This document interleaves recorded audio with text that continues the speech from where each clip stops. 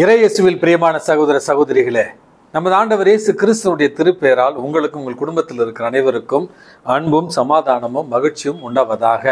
அன்புமிக்கவர்களே, உயிர்ப்பு காலத்தினுடைய 5வது ஞாயிற்றுக்கிழமையை நம்ம சிறப்பித்துக் கொண்டிருக்கிறோம்.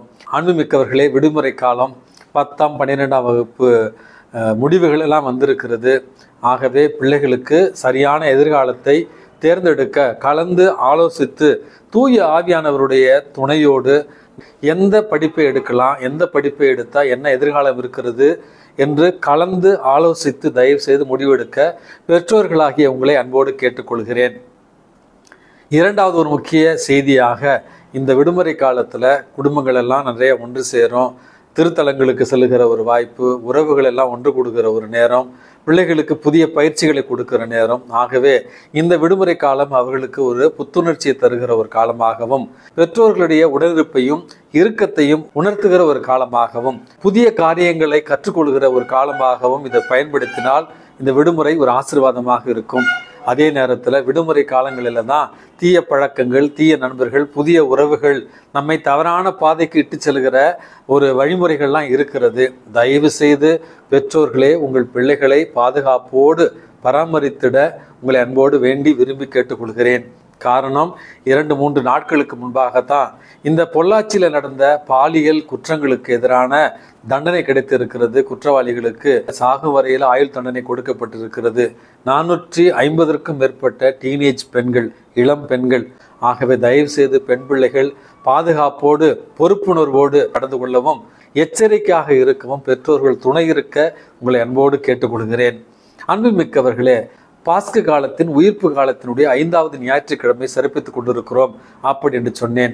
இன்றைக்கு நமக்கு கொடுக்கப்பட்டிருக்கிற முதல் வாசகமானது திருத்தூதர் பணியிலிருந்து தான் நமக்கு கொடுக்கப்பட்டிருக்கிறது. இதில் திருத்தூதர் பவுலும் பர்னபாவும் யூதர்களுக்கு முதலில் இயேசுவை பற்றின நற்செய்தி அறிவிக்கிறார்கள்.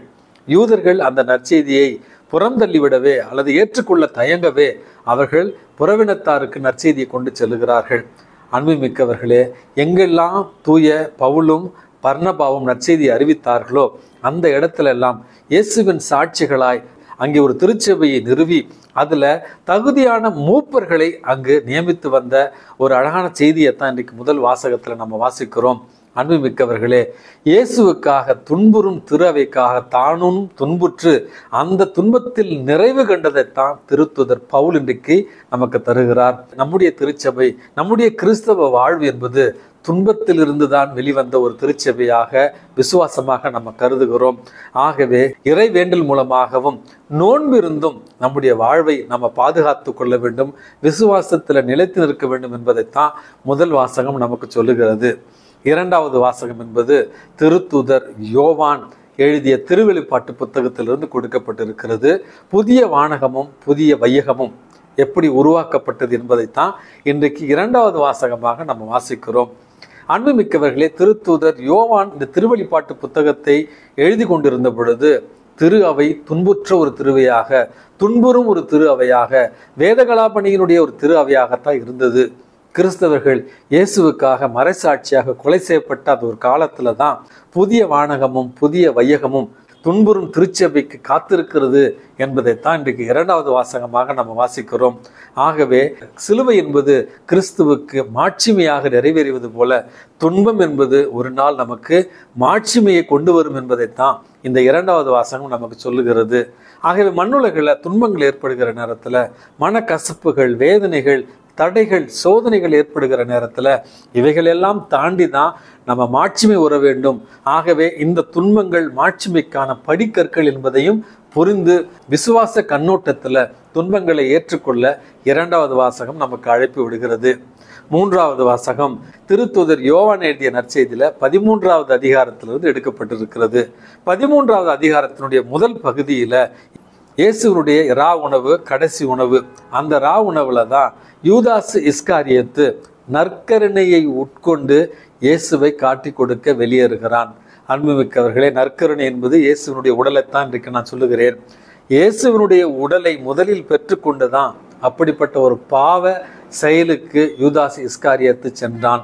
இது நமக்கு விடப்படுகிற முதல் கேள்வி. அன்றாடம் நற்கருணையை உட்கொண்ட நாம் பாவத்தை செய்ய செல்கிறோமா அல்லது புண்ணியத்தை தேடி செல்கிறோமா அப்படி என்கிற ஒரு அடிப்படையான ஆன்ம சோதனைக்கு அழைக்கப்படுகிறோம்.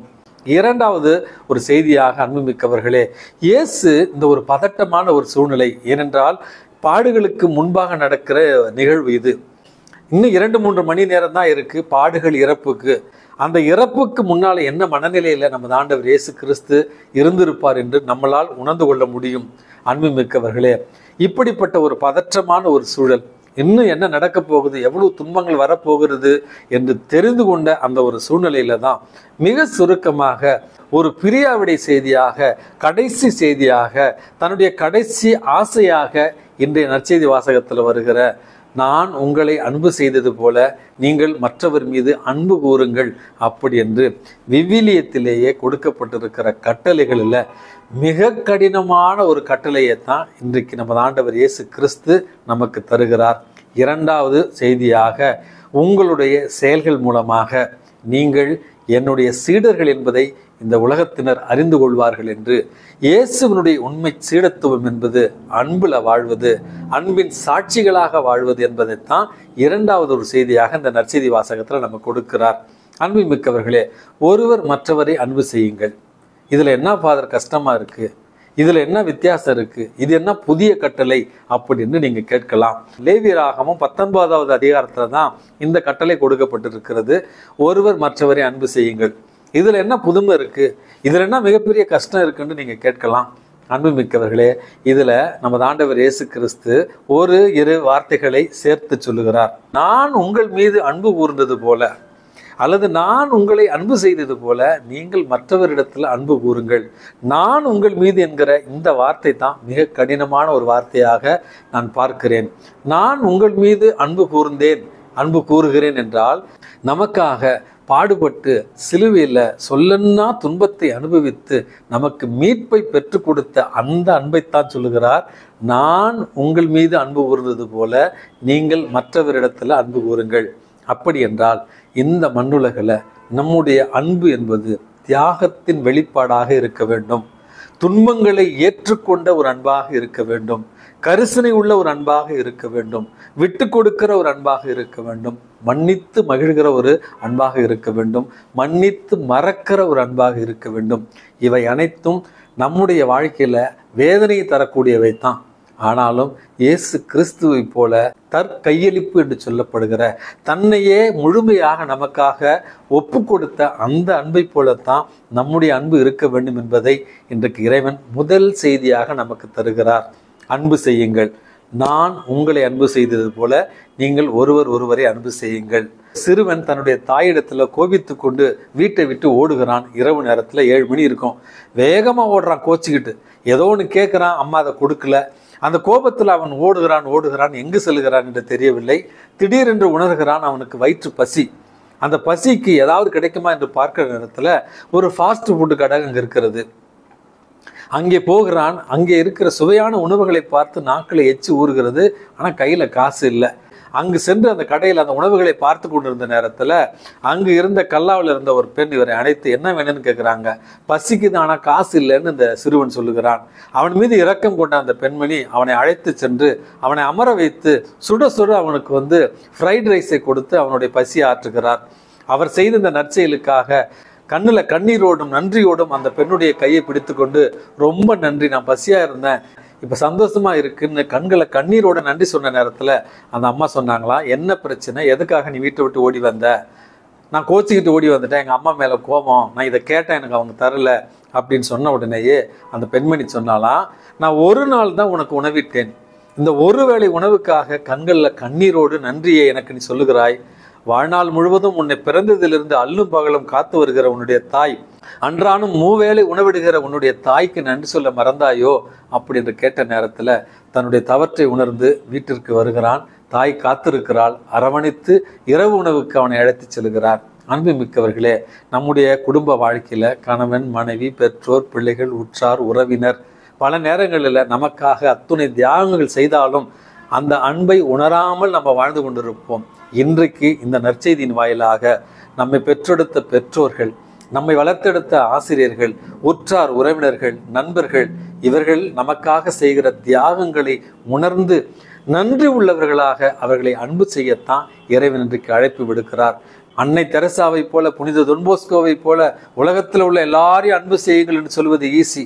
ஆனால் நம்முடைய குடும்பத்திலேயே நமக்காக தியாகம் செய்கிற நம்முடைய பெற்றோர்களையும் உற்றார் உறவினர்களையும் கண்டு அவர்களுக்கு நன்றி உணர்வோடு அவர்களை அன்பு செய்வது தான் முதல் கட்டளையாக இன்றைக்கு உங்களோடு நான் பகிர்ந்து கொள்ள விரும்புகிறேன். அன்பு செய்யுங்கள், வலிக்கிற வரையில் அன்பு செய்யுங்கள் என்று அன்னை தெரசா சொல்லுவார். லவ் அன்டில் இட் ஹர்ட்ஸ் அப்படி என்று சொல்லுவார்கள். ஆகவே அன்பு செய்யுங்கள். அன்பு செய்வதால் மட்டுமே நாம் இயேசுவினுடைய சீடர்கள் என்பதை இந்த உலகம் புரிந்து கொள்ளும். ஏற்கனவே ஒரு கதையை நான் சொல்லியிருந்தேன். ஒரு ரொட்டி கடையில் ஒரு சிறுவன் அங்கே ஆவலோடு அங்கே இருக்கிற ரொட்டியை பார்த்து கொண்டிருக்கிறான். அவனுக்கு அது வாங்கி கொடுப்பார் யாரும் இல்லை. அங்கு வந்த ஒரு குருவானவர் அந்த சிறுவனிடத்தில் சென்று, பசியாக இருக்கிறாயா அப்படி என்று கேட்கிறான். ஆமாம் அப்படி என்று சொல்லுகிறான் அந்த சிறுவன். அங்கிருந்த கடையில் 2 பெரிய ரொட்டி துண்டுகளை அந்த சிறுவனிடத்தில் வாங்கி கொடுக்கிற நேரத்தில் முகத்தில் மகிழ்ச்சியோடு சந்தோஷத்தோடு, நீங்கள் தான் இயேசு கிறிஸ்துவா அப்படி என்று அவரிடமே கேட்டுவிட்டு மகிழ்ச்சியாக சென்றானா அந்த ஒரு சிறுவன்.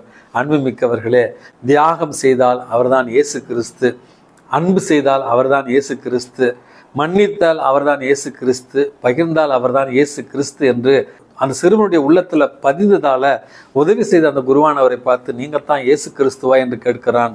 அன்பு மிக்கவர்களே, நாம் அன்பு செய்வதை பார்த்து, நாம் மன்னிப்பதை பார்த்து, நாம் விட்டு கொடுப்பதை பார்த்து, பிறரன்பு பணிகள் செய்வதை பார்த்து மற்றவர்கள் நாம் இயேசுனுடைய சீடர்கள் என்று உணர்ந்து கொள்ள வேண்டும் என்கிற 2வது செய்தியையும் உங்களோடு பகிர்ந்து கொள்ள விரும்புகிறேன். உயிர்த்த இயேசுவினுடைய இந்த உயிர்ப்பின் காலத்தில் இருக்கிற நாம் உண்மையாகவே இயேசுவை போல அன்பு செய்து அவரை போல வாழ்ந்து அன்பினால் சாட்சியம் புரிய இறைவன் உங்களையும் என்னையும் தூண்டுவாராக. எல்லாம் வல்ல இறைவன் தந்தை, மகன், தூய ஆவி உங்களையும் உங்கள் குடும்பத்தில் இருக்கிற அனைவரையும் நிறைவாக ஆசீர்வதித்து பாதுகாத்து வழிநடத்துவாராக. ஆமேன்.